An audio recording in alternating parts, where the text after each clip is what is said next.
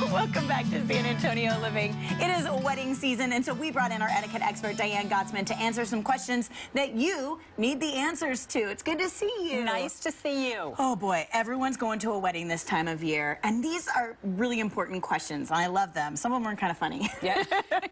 All right, so are you ready, Diane? I'm ready. All right, question number one. How long do I have to RSVP to a wedding invitation? So in a perfect world, you want to RSVP within 24 to 48 hours. What? But the reality is, especially since they're inviting you sometimes 6 months out, if it's a destination wedding, you have to coordinate calendars with family. And so, you know, you want to try and do it within a week. Really? I mean, yes, really, because they need to know and they need to start making plans. Okay. So you're going to know. You can look at your calendar and, you know, I'm going to say a week. I'm giving you some grace because you're going to have multiple weeks out. You know, wonder no one's invited me to a wedding lately. I'm on the bad list for sure. All right, next question. If we haven't heard from several invitees, is it okay to call and ask if they will be attending? Yes. It is okay? It is okay. Right. Because, again, how do you know how much food to plan for, and it's getting late. So you can just call very kindly and say, you know, Shelly, we haven't heard from you, and we are so looking forward to seeing you. We hope you can come. Okay. Are you coming or not? Basically. Call.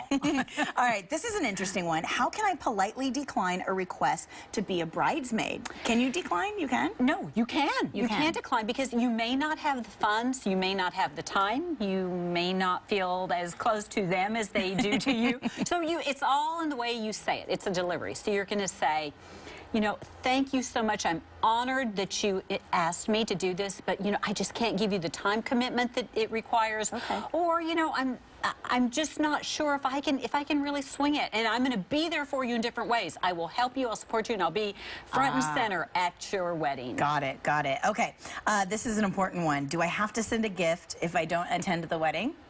You know, I wonder if it's the same person that asked all these questions. I don't want to be a bridesmaid, I don't want to send a gift, and I'm not responding. I think it depends on the relationship. Okay. So if you don't know this person, if it's a third cousin 10 times removed, probably not. Okay. But if it's somebody you know and it's a friend of yours and you just can't make it to that wedding, you're going to want to send a gift. Okay. I've never heard of this. Can I ask my guests to leave their cell phones in a basket by the entrance of the church? So, thankfully, you've never heard of it because it's really not something you want to do. The answer is no. You can't. You can't. That's like asking you're asking your guests to leave private property at the door. And what happens if it gets stolen? True. Yes. Okay. So you just, you know, as a good guest, you want to turn off that cell phone. Okay. And as the bride and groom, you want to have somebody announce it beforehand and say, you know, before we start this, you know, the ceremony, would everybody silence their phones? Okay. Can I take pictures during the wedding on my cell phone and post them all over social media before anyone else? There it is, sticky. And the answer is no. You don't, I mean, yes, you can take pictures, but you don't want to be the first to post. You have to look at their wedding website. Generally, people have them now to see if they want you to be proactive on social media. And you cannot jump up in the aisles and get in front of the professional photographer and the videographer. Okay. So, you know, the short answer is be careful and no. Absolutely. Okay. I know my great aunt and uncle will be unable to attend my wedding ceremony. I want to send them an invitation, but I don't want it to appear like I'm asking for a gift. Should I send it anyway? Yes. Okay. Go ahead and send it. They want to know, and they probably want to send you a gift. Okay. I'm invited to a coworker's wedding that I don't know very well, and I plan to go as a sign of respect. I would like to leave the reception early, and I'm wondering when's the best time to make my exit. Someone wrote that. They're so very specific. Like, they want an answer. So you can leave. You can let them know early. Listen, I wanted to come. I wanted to see how beautiful you look. It was a beautiful wedding.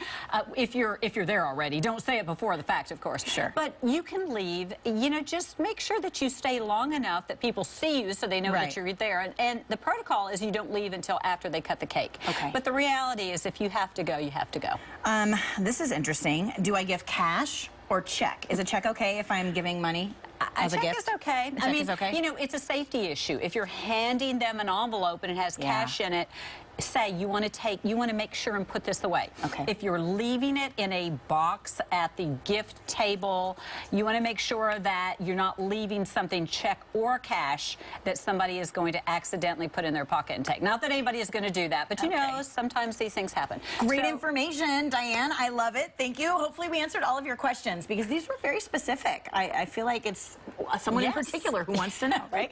Diane Gottsman is our etiquette expert with the Protocol School of Texas. Go to dianegottsman.com for more details. All right.